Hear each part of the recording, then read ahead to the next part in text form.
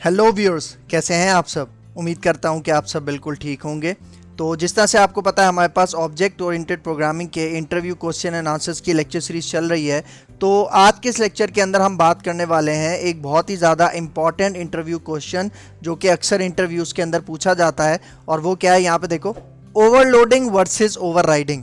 भाई देखो, अगर आप मेरे पॉइंट ऑफ व्यू में पूछो तो मेरी नज़र में ये जो इंटरव्यू क्वेश्चन है ये बहुत ज़्यादा अजीब है।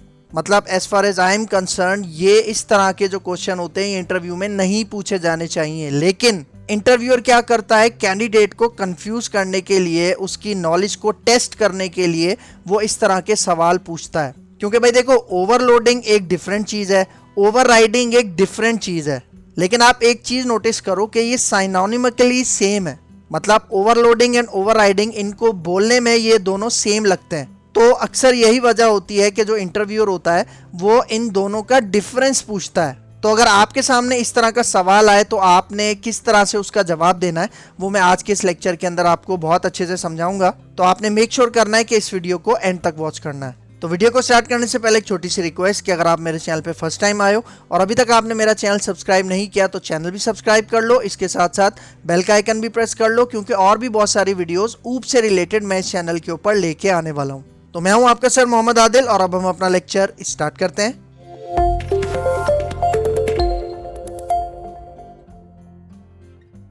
तो भाई देखो, ओवरलोडिंग वर्सेस ओवरराइडिंग, मतलब डिफरेंस यहाँ पे इंटरव्यूअर आपसे पूछना चाह रहा है। ठीक है, तो यहाँ पे आ जाओ।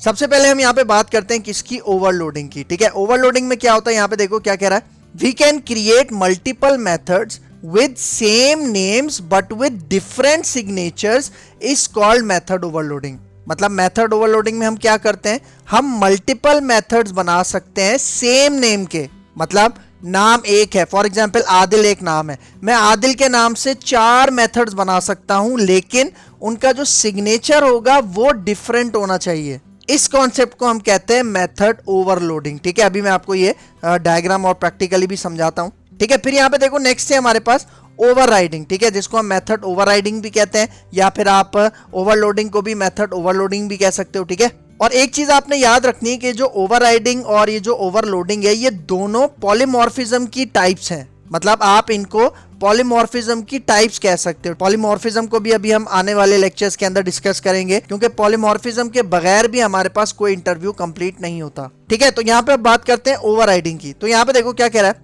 it is a technique that allows the invoking of functions from parent class in the child class। मतलब ओवरराइडिंग में क्या होता है कि जो पेरेंट क्लास के जो मेथड्स होते हैं ना, उनको ओवरराइड किया जाता है, रीडिफाइन किया जाता है, कहां पे, हमारी चाइल्ड क्लास के अंदर। और ये हम तब करते हैं जब हम पेरेंट क्लास का मेथड यूज नहीं करना चाह रहे, हम चाइल्ड क्लास के अंदर वो मेथड को यूज करना चाह रहे हैं, कॉल करना चाह रहे हैं, तो उस केस में हम यहाँ पे ओवरराइडिंग का कॉन्सेप्ट यूज करते हैं। ठीक है, फिर यहाँ पे देखो क्या कह रहा है, creating an override method in the child class with the same signature as a virtual method in the parent class is called as method overriding. मतलब मेथड ओवरराइडिंग हम करते कैसे हैं कि वो जो पेरेंट क्लास होती है उसके अंदर हम एक वर्चुअल मेथड बनाते हैं। मतलब वर्चुअल का कीवर्ड लगाते हैं उस मेथड से पहले जो पेरेंट क्लास में होगा, और फिर जब उस वर्चुअल मेथड को जो पेरेंट क्लास के अंदर है, जब हम उसे चाइल्ड क्लास के अंदर रीडिफाइन करते हैं तो उस मेथड से पहले हम ओवरराइड का कीवर्ड लगाते हैं। तो जब ये वाला प्रोसेस हम करते हैं इसको हम कहते हैं मेथड ओवरराइडिंग। अच्छा, फिर एक और इंपॉर्टेंट पॉइंट आपने याद रखना है। ठीक है, देखो ये जो ओवरलोडिंग है और ओवरराइडिंग है ना, इसमें एक चीज का डिफरेंस है। ठीक है, अच्छा भाई देखो, हमारे पास ओवरलोडिंग और ओवरराइडिंग का एक दूसरा डिफरेंस भी है। वो क्या है, यहाँ पे देखो, हमारे पास ये जो ओवरलोडिंग होती है ना, ठीक है, मतलब हम मल्टीपल मेथड बनाते हैं with same name but with different signature. ये सारा काम हम सेम क्लास के अंदर कर सकते हैं। मतलब एक ही क्लास के अंदर हम 4 मेथड्स बनाएं, उनका नाम सिर्फ सेम रखें, लेकिन उनका जो सिग्नेचर होता है, सिग्नेचर किसे कहते हैं, वो जो मेथड के नाम के बाद हम अपने ब्रैकेट्स के अंदर, पेरेंथीसिस के अंदर वो जो हम पैरामीटर्स बनाते हैं ना, उसको बेसिकली कहा जाता है सिग्नेचर। तो ओवरलोडिंग के अंदर ये जो हम सारा काम करते हैं कि भाई हम मल्टीपल मेथड बनाते हैं सेम नेम के और उसके साथ जो सिग्नेचर होता है उसको डिफरेंट रखते हैं, ये हम सेम क्लास के अंदर करते हैं। लेकिन ओवरराइडिंग के अंदर क्या होता है, ओवरराइडिंग के अंदर पेरेंट चाइल्ड का रिलेशनशिप होता है। मतलब वहां पे इनहेरिटेंस हो रही होती है, वहां पे पेरेंट क्लास होती है और चाइल्ड क्लास होती है, तब जाके हमारे पास मेथड ओवरराइडिंग अचीव होती है। क्योंकि मैंने क्या बताया, जो हमारे पास पेरेंट क्लास होती है उसके अंदर वर्चुअल का कीवर्ड लगा होता है मेथड के पास, और जो चाइल्ड क्लास होती है जब वो उसको रीडिफाइन करता है मेथड को, तो वहां पे हम ओवरराइड का कीवर्ड यूज करते हैं। तो जब आप ये वर्चुअल और ओवरराइड के कीवर्ड यूज करते हो ना, इसका मतलब आप मेथड ओवरराइडिंग कर रहे हो। तो मेथड ओवरराइडिंग के लिए पेरेंट चाइल्ड मतलब इनहेरिटेंस जरूरी है, लेकिन ओवरलोडिंग के लिए आपके पास इनहेरिटेंस जरूरी नहीं है, वो सेम क्लास के अंदर परफॉर्म होती है। ठीक है, अब आ जाओ ओवरलोडिंग की। मैं आपको यहाँ पे एक डायग्राम से समझाना चाह रहा हूँ। जिस तरह यहाँ पे देखो, सपोज करो कि मेरे पास एक क्लास है एम्प्लॉय, उसके अंदर मैंने एक मेथड बनाया ऐड, और उसके अंदर कुछ एडिशन परफॉर्म हो रही है। ठीक है, फिर मैंने एक दूसरा मेथड बनाया, उसका नाम भी मैंने क्या रखा, ऐड। फिर सेम इसी तरह मैंने तीसरा मेथड बनाया, उसका नाम भी मैंने क्या रखा, ऐड। फिर मैंने चौथा मेथड बनाया, उसका नाम भी मैंने क्या रखा, ऐड। मतलब 4 मेथड बनाए, उन सब का नेम सेम है लेकिन सिग्नेचर डिफरेंट है। अब सिग्नेचर क्या है, देखो हमारे पास जो पहला मेथड है ऐड वाला, इसके अंदर 0 पैराम्स है। पैराम्स मतलब पैरामीटर, 0 पैरामीटर है। और जो दूसरा मेथड है इसके अंदर 2 पैरामीटर्स हैं इंटीजर टाइप के। तो इन दोनों के अंदर डिफरेंशिएट हो गया ना, क्योंकि भाई पहले वाले के अंदर 0 पैरामीटर्स हैं और दूसरे वाले मेथड के अंदर 2 पैरामीटर हैं और इंटीजर टाइप के हैं।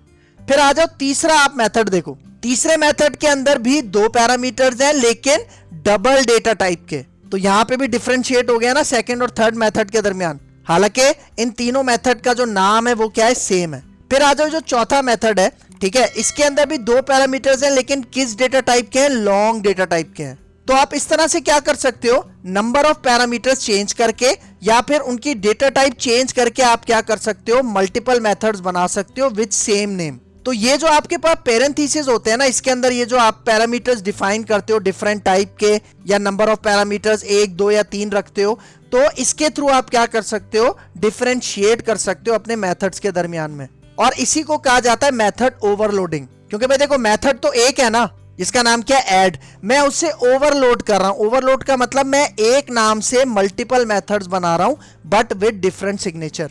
तो यहां पे देखो इसकी डेफिनेशन क्या हुई, देखो भाई जो मैंने अभी आपको बताई, we can create multiple methods with same names with different signatures is called method overloading.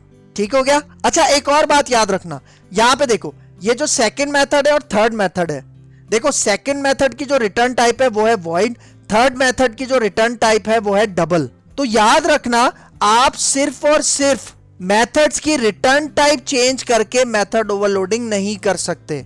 Method overloading कैसे होगी, जब आप अपने पैरामीटर्स मतलब सिग्नेचर के अंदर या तो डेटा टाइप चेंज करो या नंबर ऑफ पैरामीटर्स इंक्रीज कर लो या डिक्रीज कर लो। ठीक है, तो इसको मैं अगर थोड़ा प्रैक्टिकली समझाऊं, यहाँ पे आ जाओ अपने विजुअल स्टूडियो में। ठीक है, तो यहाँ पे देखो मेथड ओवरलोडिंग की मैं आपको यहाँ पे एग्जांपल समझा रहा हूँ, जो भी मैंने आपको स्लाइड में दिखाई। यहाँ पे देखो मेरे पास एक क्लास है माई क्लास, इसके अंदर यहाँ पे देखो एक ऐड मेथड बना हुआ है विद 0 पैरामीटर्स। यहाँ पे देखो एक दूसरा मेथड बना हुआ है, उसका नाम भी ऐड है लेकिन यहाँ पे 2 पैरामीटर्स हैं इंटीजर टाइप के। तीसरा मेथड है उसका नाम भी ऐड है लेकिन इसके अंदर जो 2 पैरामीटर्स हैं वो डबल टाइप के हैं। फिर सेम इसी तरह यहाँ पे देखो चौथा मेथड है, ठीक है, इसके अंदर ये जो पैरामीटर्स हैं 2 वो किस टाइप के हैं, लॉन्ग टाइप के हैं। तो भाई देखो अगर यहाँ पे ये जो इंटीजर वाला है मैं इसको यहाँ से कॉपी करता हूँ और दोबारा मैं इसको यहाँ पे नीचे पेस्ट करता हूँ, तो यहाँ पे आएगा एरर, क्योंकि यहाँ पे नेम भी सेम है और सिग्नेचर भी सेम है। ठीक है, तो ये चीज अलाउड नहीं है मेथड ओवरलोडिंग के अंदर। लेकिन भाई देखो अगर आप यहाँ पे इन दोनों की कोई रिटर्न टाइप चेंज करना चाहो, फॉर एग्जाम्पल मैं यहाँ पे इंट लिख देता हूँ, ठीक है, मैं इसकी रिटर्न टाइप मैंने वॉइड हटा के क्या कर दी, इंट रख दी, और यहाँ पे मैं ये जो z वाला वेरिएबल है ना इसको रिटर्न करवा देता हूँ। क्योंकि आपको पता है जब आप रिटर्न टाइप यूज करते हो तो आपको यहाँ पे कोई ना कोई वेरिएबल लाजमी रिटर्न करवाना होता है। ठीक है, इस तरह से। तो ये देखो फिर भी आपके पास एरर आ रहा है, क्योंकि मैंने क्या बताया कि आप सिर्फ रिटर्न टाइप चेंज करके मेथड ओवरलोडिंग नहीं कर सकते, आपको लाजमी सिग्नेचर के अंदर चेंजिंग करनी पड़ेगी। ठीक है, देखो अगर मैं यहाँ पे सिग्नेचर चेंज कर लेता हूँ, ठीक है, किस तरह चेंज करता हूँ, मैं यहाँ पे एक तीसरा पैरामीटर बना देता हूँ, देखो इंट सी, तो देखो एरर चला गया। सही है, तो ये कॉन्सेप्ट होता है आपके पास किसका, मेथड ओवरलोडिंग का। तो भाई देखो अगर अब मैं यहाँ पे इसका ऑब्जेक्ट बनाऊं, ठीक है, देखो मैंने आपको 4 मेथड बताए ना, बल्कि 5 बना लिए with same name but different signature. तो इसके अंदर यहाँ पे देखो ये जो मैंने अपने मेन मेथड के अंदर यहाँ पे ये सी क्लास का ऑब्जेक्ट बनाया, ओबीजे इसका नाम रखा है, तो देखो ओबीजे डॉट ऐड करता हूं मैं। ठीक है, तो अब आप देखना जैसे ही मैं ऐड करूंगा और यहाँ पे ब्रैकेट लगाऊंगा, तो अब हमें यहाँ पे बताना है कि हमें कौन सा मेथड यहाँ पे कॉल करना है। मतलब यहाँ पे देखो, यहाँ पे अगर मैं 2 पैरामीटर पास करता हूँ, देखो एक पास करता हूँ 10, दूसरा पास करता हूँ 20। अच्छा यहाँ पे एरर इसलिए आ रहा है क्योंकि हमें इन सारे मेथड्स के शुरू में पब्लिक लगाना पड़ेगा, ठीक है, वरना अदरवाइज ये दूसरी क्लास के अंदर एक्सेस नहीं होंगे, ठीक है। जितने भी आपने मेथड्स बनाए आपने इनको दूसरी क्लास में एक्सेस करने के लिए यहाँ पे पब्लिक लगाना पड़ेगा, ठीक है। सही, पब्लिक लगा दिया। और अब यहाँ पे देखो, अब मैं इसको एक्सेस करता हूँ तो देखो अभी मैंने यहाँ पे 2 आर्ग्यूमेंट्स पास किए ना, इसका मतलब हमारे पास ये वाला मेथड क्या होगा, एग्जीक्यूट होगा, ठीक है। तो अगर इसको रन करके दिखाऊं तो ये देखो हमें रिजल्ट क्या मिल रहा है, 30, ठीक है। फिर सेम इसी तरह अगर मैं यहाँ पे 3 पैरामीटर्स पास कर देता हूँ, ठीक है, 40 पास कर देता हूँ, तो देखो 3 हो गए ना, तो इस केस में हमारे पास ये वाला मेथड क्या होगा, कॉल होगा। मतलब यहाँ पे कंपाइल टाइम पे ही डिसाइड हो जाएगा कि हमारे पास कौन सा मेथड यहाँ पे एग्जीक्यूट होने वाला है। फिर सेम इसी तरह अगर मैं यहाँ पे देखो फॉर एग्जांपल यहाँ पे मैं कहता हूँ 2.5, ठीक है, और कॉमा लगा के यहाँ पे कहता हूँ 3.5, तो यहाँ पे देखो नीचे दिखा रहा है कि हमारे पास ये जो डबल वाले मेथड है ना, जिसके अंदर 2 पैरामीटर डबल वाले हैं, वो एग्जीक्यूट होगा। और यहाँ पे देखो आपको क्या दिखा रहा है, 2 of 5, मतलब 5 ओवरलोडेड मेथड्स हैं, देख रहे हो। आप यहां से अप और डाउन एरो में से भी क्या कर सकते हो, इसको सिलेक्ट कर सकते हो, देख रहे हो। ये देखो ये 3 वाला है, 3 इंटीजर है, ऊपर जाओ ये लॉन्ग वाला है, ठीक है, ये इंटीजर वाला है, ठीक है, ये डबल वाला है, और ये विदाउट जो 0 पैरम्स वाला था वो यहाँ पे आ रहा है, ठीक है। तो ये कॉन्सेप्ट होता है आपके पास किसका, मेथड ओवरलोडिंग का। फिर आ जाओ आगे, ठीक है, तो अब आपको डायग्राम भी अच्छे समझ में आ गई होगी। अब आगे आ जाओ, अब यहाँ पे बात करते हैं हम किसकी, मेथड ओवरराइडिंग की। तो यहाँ पे देखो मेथड ओवरराइडिंग की डेफिनेशन मैंने आपको बता दी, डायग्राम से समझाना चाह रहा हूँ। सपोज करो कि हमारे पास ये एम्प्लॉय क्लास है, ठीक है, और ये जो एम्प्लॉय क्लास है इसके अंदर एक मेथड है जिसका क्या नाम है, शो फुल नेम। और ये जो मेथड है वो कौन सी क्लास के अंदर है, एम्प्लॉय की पेरेंट क्लास के अंदर है। और सपोज करो कि अब मेरे पास एक चाइल्ड क्लास है जिसका क्या नाम है, विजिटिंग एम्प्लॉय। और अब मैं इस विजिटिंग एम्प्लॉय वाली चाइल्ड क्लास के अंदर क्या करना चाह रहा हूं, हमारा जो पेरेंट का मेथड था ना, उसको मैं अपनी चाइल्ड क्लास के अंदर रीडिफाइन करना चाह रहा हूं। तो उसके लिए मुझे क्या करना पड़ेगा, सबसे पहले मुझे यहाँ पे इनहेरिटेंस करनी पड़ेगी, मतलब चाइल्ड क्लास जो है वो पेरेंट को इनहेरिट करेगी, ठीक है। उसके लिए हम कोलन का सिंबल यूज करते हैं C# में, एक्सटेंड्स का यूज करते हैं जावा में, ठीक है। तो उसके लिए हमें क्या करना पड़ेगा, यहाँ पे देखो जो पेरेंट का मेथड है ना, उसके शुरू में हमें यहाँ पे वर्चुअल का कीवर्ड लगाना पड़ेगा। और जब चाइल्ड क्लास में इस वर्चुअल मेथड को हम रीडिफाइन करेंगे तो उसके लिए हम यहाँ पे ओवरराइड का कॉन्सेप्ट यूज करेंगे। मतलब ओवरराइड का कीवर्ड जैसे ही हमने लगाया, उसके बाद जब हम ऑब्जेक्ट बनाएंगे अपनी चाइल्ड क्लास का, तो क्या होगा, उस केस में हमारे पास चाइल्ड क्लास का ही ये वाला जो मेथड है वो कॉल होगा, पेरेंट वाला मेथड कॉल नहीं होगा, ठीक है। तो इस कॉन्सेप्ट को हम क्या कहते हैं, मेथड ओवरराइडिंग, ये आपने याद रखना है। तो अब इसका प्रैक्टिकल मैं आपको करवाता हूं, उसके बाद हम अपना लेक्चर वाइंड अप करते हैं। तो यहाँ पे देखो मेथड ओवरराइडिंग की मैं आपको एग्जांपल समझा रहा हूँ, ठीक है। यहाँ पे देखो हमारे पास एक क्लास है एम्प्लॉय, इसके अंदर हमारे पास एक मेथड है शो फुल नेम, और इसके अंदर देखो यहाँ पे मैंने वर्चुअल का कीवर्ड लगाया हुआ है। वर्चुअल का कीवर्ड इस बात की इंडिकेशन देता है कि आप इस क्लास की, ये जो चाइल्ड क्लास होगी, कौन सी वाली, यहाँ पे देखो विजिटिंग एम्प्लॉय, इसके अंदर मैंने यहाँ पे क्या किया हुआ है, देखो एम्प्लॉय क्लास को यहाँ पे इनहेरिट किया हुआ है, पेरेंट बनाया हुआ है।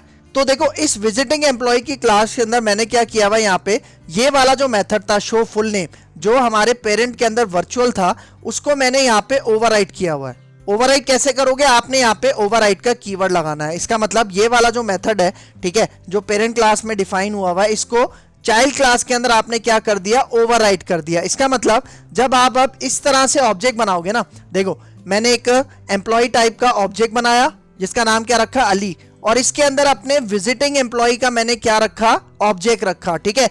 तो देखो जब मैं अपने इस ऑब्जेक्ट के साथ इस मेथड को कॉल करूंगा तो हमारे पास पेरेंट का मेथड कॉल नहीं होगा, बल्कि हमारे पास चाइल्ड का ये जो मेथड है ना, ओवरराइड मेथड है, ये कॉल होगा, क्योंकि मैंने इस मेथड को अपनी चाइल्ड क्लास के अंदर ओवरराइड कर दिया, डिस्कार्ड कर दिया। क्यों, क्योंकि मुझे यही वाला मेथड यहाँ पे कॉल करना है, कौन सा, चाइल्ड वाला।